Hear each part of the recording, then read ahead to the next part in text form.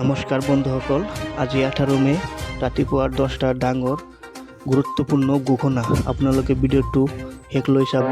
প্ৰথমটো খবৰ, দেশত যিকোনো মুহূৰ্তত হ'ব পাৰে লকডাউন সদৃশ পৰিস্থিতিৰ সৈতে মোকাবিলা কৰিবলৈ দেশবাসীক সাজু হোৱাৰ আহ্বান কেন্দ্ৰীয় চৰকাৰৰ। যিকোনো মুহূৰ্তত লকডাউন সদৃশ পৰিৱেশৰ সৃষ্টি হোৱাৰ সম্ভাৱনা আছে ভাৰতবৰ্ষত। কেন্দ্ৰীয় মন্ত্ৰী কিৰেণ ৰিজিজুৱে দেশবাসীক দিলে এই ইংগিত। দেশৰ প্ৰতিগৰাকী ভাৰতীয় নাগৰিকক সাজু হৈ থকাৰ আহ্বান জনাইছে কেন্দ্ৰীয় মন্ত্ৰী কিৰেণ ৰিজিজুৱে। সংকটৰ গৰাহত ভাৰত, বিশ্বত হোৱা শক্তি সংকটৰ প্ৰভাৱ পৰিছে ভাৰতত। সংকটৰ সময়ত দেশৰ হকে সকলো যুঁজিব লাগিব। বিশ্বত হোৱা তেলৰ সংকটৰ মাজতে এই ডাঙৰ মন্তব্য কেন্দ্ৰীয় মন্ত্ৰী কিৰেণ ৰিজিজুৰ। এটা ৰাষ্ট্ৰীয় সংবাদ মাধ্যমত এই ইংগিত দিছে কেন্দ্ৰীয় মন্ত্ৰী কিৰেণ ৰিজিজুৱে। পৰৱৰ্তী খবৰ, অসমত মাইকত আজান দিয়া বন্ধ হ'ব লাগে। অসমৰ ৰাজপথত নামাজ আদায় কৰি কোনেও চলাব নোৱাৰিব দাদাগিৰি। মাইকত 5 বাৰকৈ নামাজ আদায় কিয় কৰিব লাগে? এই সন্দৰ্ভত কঠোৰ পদক্ষেপ হাতত লওক মুখ্যমন্ত্ৰী হিমন্ত বিশ্ব শৰ্মাই। এই মন্তব্য বিজেপিৰ বিধায়ক দিগন্ত কলিতাৰ। অসমৰ ৰাজপথত নামাজ আদায় কৰি কোনেও চলাব নোৱাৰিব দাদাগিৰি। পশ্চিমবংগৰ দৰে দাদাগিৰি অসমত নচলিব। প্ৰত্যেক শুকুৰবাৰে নামাজ আদায় কৰিব আৰু আন মানুহক অসুবিধা দিব, সেয়া হ'ব নোৱাৰে। মাইকত 5 বাৰকৈ নামাজ আদায় কিয় কৰিব লাগে?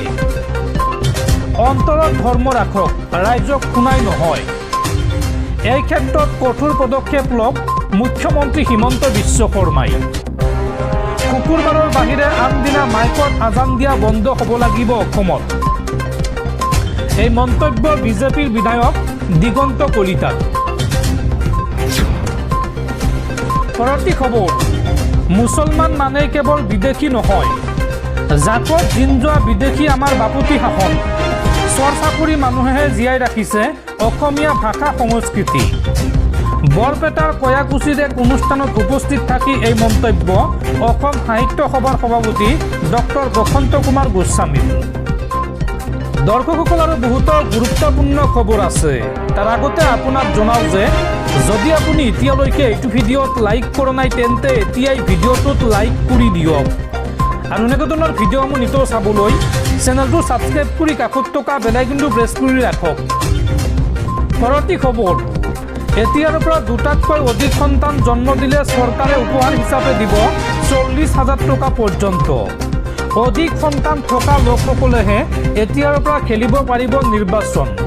2 চাইল্ড পলিচিৰ বিপৰীতে জনসংখ্যা বৃদ্ধিৰ পৰিকল্পনাৰে পুৰণি আইন বাতিল কৰি অন্ধ্ৰপ্ৰদেশৰ মুখ্যমন্ত্ৰী চন্দ্ৰবাবু নাইডুৰ বৃহৎ ঘোষণা। এতিয়াৰ পৰা 2টাতকৈ অধিক সন্তান জন্ম দিলে চৰকাৰে উপহাৰ দিব বৃহৎ ধনৰাশি। 2 চাইল্ড পলিচিৰ বিপৰীতে জনসংখ্যা বৃদ্ধিৰ পৰিকল্পনা চৰকাৰৰ। পুৰণি আইনখন বাতিল কৰি নতুন নিৰ্দেশনা জাৰি। এতিয়াৰ পৰা অধিক সন্তান থকা লোকেহে খেলিব পাৰিব নিৰ্বাচন। পৰিয়াল পৰিকল্পনাক লৈ বৃহৎ ঘোষণা চন্দ্ৰবাবু নাইডুৰ চৰকাৰৰ। তৃতীয়টো সন্তান জন্ম দিয়া দম্পতীলৈ চৰকাৰে আগবঢ়াব 30,000 টকা। আৰু চতুৰ্থ সন্তান জন্ম দিয়া দম্পতীলৈ চৰকাৰে আগবঢ়াব 40,000 টকাৰ উপহাৰ। অৰ্থাৎ এই টকা নগদ বেংক একাউণ্টত সোমোৱাই দিয়া হ'ব। অন্ধ্ৰপ্ৰদেশ চৰকাৰৰ তৰফৰ পৰা মুখ্যমন্ত্ৰী এন চন্দ্ৰবাবু নাইডুৱে কৰিছে এই বৃহৎ ঘোষণা। ৰাজ্যখনত স্থানীয় লোকৰ সংখ্যা কমি অহাত এই বৃহৎ পদক্ষেপ হাতত লৈছে অন্ধ্ৰপ্ৰদেশ চৰকাৰে। পৰৱৰ্তী খবৰ, বিজেপিৰ সন্মুখত নতুন পৰীক্ষা। পাঞ্জাৱৰ নগৰ নিকায় নিৰ্বাচনত এইবাৰ ব্যৱহাৰ নহয় EVM। বেলট পেপাৰৰ মাধ্যমত অনুষ্ঠিত হ'ব এই নিৰ্বাচন। আৰু ইয়াৰ পিছতে বিজেপিয়ে ইয়াৰ বিৰোধ কৰি EVMৰ জৰিয়তে বিচাৰিছে এই নিৰ্বাচন। পৰৱৰ্তী খবৰ, অবৈধ বেদখলকাৰীৰ বাবে আল্লাহৰ ফৰিস্তাৰ ৰূপত হাজিৰ হ'ল মৌলানা বদৰুদ্দিন আজমল। 17টাকৈ উচ্ছেদিত পৰিয়ালক পকী ঘৰ উপহাৰ প্ৰদানৰ ব্যৱস্থা বদৰুদ্দিন আজমলৰ। 56 লাখ টকা ব্যয় সাপেক্ষে নিৰ্মাণ হ'ব এই 17টাকৈ পকী ঘৰ। স্থাপন কৰিলে লাই খুঁটা। এই সন্দৰ্ভত আজমলে কয় যে চৰকাৰে যিমানেই ঘৰ ভাঙিব সিমানেই ঘৰ নিৰ্মাণ কৰি দিব বদৰুদ্দিন আজমলে। উচ্ছেদিতৰ কাষত এইবাৰ বদৰুদ্দিন আজমল। মুঠ 59,50,000 টকাৰে উচ্ছেদিত ঘৰ নিৰ্মাণ কৰি দিব বদৰুদ্দিন আজমলে। প্ৰতিটো উচ্ছেদিত পৰিয়ালক ঘৰ নিৰ্মাণৰ বাবে দিব 3,50,000 টকা। 17টা উচ্ছেদিত পৰিয়ালক পকী ঘৰ সাজি দিব আজমলে। প্ৰথম পৰ্যায়ত ডবকাৰ মৌৰংগা সংৰক্ষিত বনাঞ্চলৰ 17টা পৰিয়ালক নিৰ্মাণ কৰি দিব ঘৰ। আগন্তুক 3 মাহৰ ভিতৰত এই 17টা পৰিয়ালে লাভ কৰিব পকী ঘৰ। লগতে দিব বিদ্যুৎ আৰু বিশুদ্ধ খোৱা পানী। উচ্ছেদিত 660গৰাকী ছাত্ৰ ছাত্ৰীৰ পঢ়া শুনাৰ দায়িত্ব ল'লে বদৰুদ্দিন আজমলে। লগতে প্ৰয়োজন সাপেক্ষে যোগান ধৰিব চিকিৎসা সেৱা আৰু খাদ্যৰ। এই বৃহৎ ঘোষণা বদৰুদ্দিন আজমলৰ। পৰৱৰ্তী খবৰ, দেশৰ লাখ লাখ শিক্ষাৰ্থীলৈ জৰুৰী খবৰ। এতিয়াৰ পৰা 9ম আৰু 10ম শ্ৰেণীৰ শিক্ষাৰ্থীৰ বাবে বাধ্যতামূলক হ'ব 3টা ভাষা। নতুন শিক্ষানীতি 2020ৰ অধীনত বলবৎ হ'ব এই নতুন নিয়ম। 1 জুলাইৰ পৰা সমগ্ৰ দেশতে শিক্ষাৰ্থীয়ে অধ্যয়ন কৰিব লগা 2টা ভাষা ভাৰতীয় হোৱাটো বাধ্যতামূলক। এই বৃহৎ ঘোষণা CBSEৰ। পৰৱৰ্তী খবৰ, বিধানসভাত কংগ্ৰেছৰ বিধায়িনী দলৰ নেতা নিৰ্বাচনক লৈ দুভাগত বিভক্ত অসম প্ৰদেশ কংগ্ৰেছ। এই সন্দৰ্ভত 20 মেৰ সন্ধিয়া অনুষ্ঠিত হ'ব কংগ্ৰেছৰ বিধায়িনী দলৰ বৈঠক। এই বৈঠকতে নিৰ্বাচিত হ'ব কংগ্ৰেছৰ বিধায়িনী দলৰ নেতা। দলৰ একাংশৰ মতে একমাত্ৰ হিন্দু বিধায়ক জয়প্ৰকাশ দাস হওক বিধায়িনী দলৰ নেতা। কিন্তু আন এটা শক্তিয়ে বিচাৰিছে এগৰাকী জ্যেষ্ঠ সংখ্যালঘু নেতা বিধায়িনী দলৰ নেতা হোৱাটো। পৰৱৰ্তী খবৰ, গুৱাহাটীত পুনৰ লাভ জেহাদৰ ভয়ংকৰ ঘটনা। যুৱতীৰ সৈতে ভয়ংকৰ কাণ্ড সাজিদ নামৰ এইগৰাকী লোকৰ। সাজিদে সঞ্জু নাম লৈ চিনাকি হৈছিল এগৰাকী যুৱতীৰ সৈতে আৰু শাৰীৰিক সম্পৰ্ক স্থাপন নকৰিলে ভাবুকি দিছিল আক্ৰমণৰ। 3 বছৰ ধৰি যুৱতীগৰাকীক নিৰ্যাতন কৰি আছিল সাজিদে আৰু যুৱতীগৰাকীক এচিডেৰে আক্ৰমণ কৰাৰো দিছিল ভাবুকি। শনিবাৰে গুৱাহাটী মহানগৰ আৰক্ষীয়ে এই সন্দৰ্ভত গ্ৰেপ্তাৰ কৰে সাজিদক। যুৱতীগৰাকীৰ অভিযোগৰ ভিত্তিত গ্ৰেপ্তাৰ কৰা হৈছে এইগৰাকী ব্যক্তিক আৰু সাজিদৰ ঘৰ কমাৰপট্টিত। পৰৱৰ্তী খবৰ, মধ্যপ্ৰাচ্যৰ যুদ্ধৰ পোনপটীয়া প্ৰভাৱ পৰিব সমগ্ৰ বিশ্বত। সমগ্ৰ বিশ্বত হুৰাহুৰে বৃদ্ধি পাব তেল আৰু গেছৰ দাম।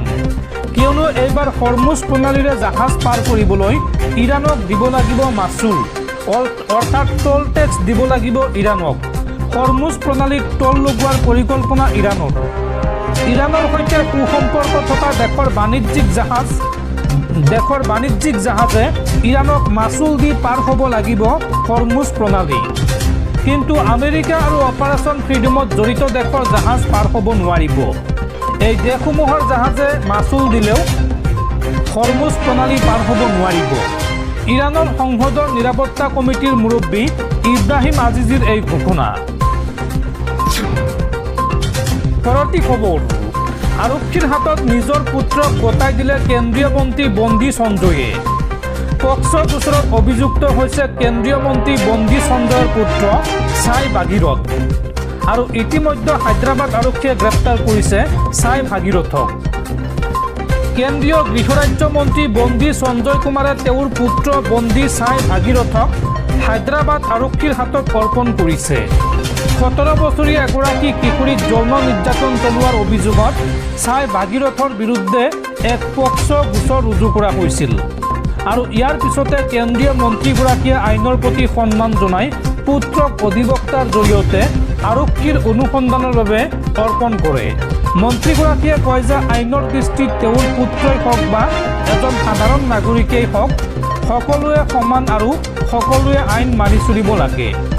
পুত্ৰক আৰক্ষীৰ হাতত গতাবলৈ পোৱা বিলম্ব সন্দৰ্ভত স্পষ্টীকৰণ দি বন্দী সঞ্জয়ে কয় যে তেওঁৰ অধিবক্তাসকলে ভাবিছিল এই গোচৰটো আদালতত খাৰিজ হ'ব আৰু জামিন লাভ কৰিব, কিন্তু বিষয়টোত অধিক পলম কৰাটো উচিত নহ'ব বুলি ভাবি তেওঁ নিজেই পুত্ৰক আৰক্ষীৰ অনুসন্ধানৰ বাবে লৈ আহে।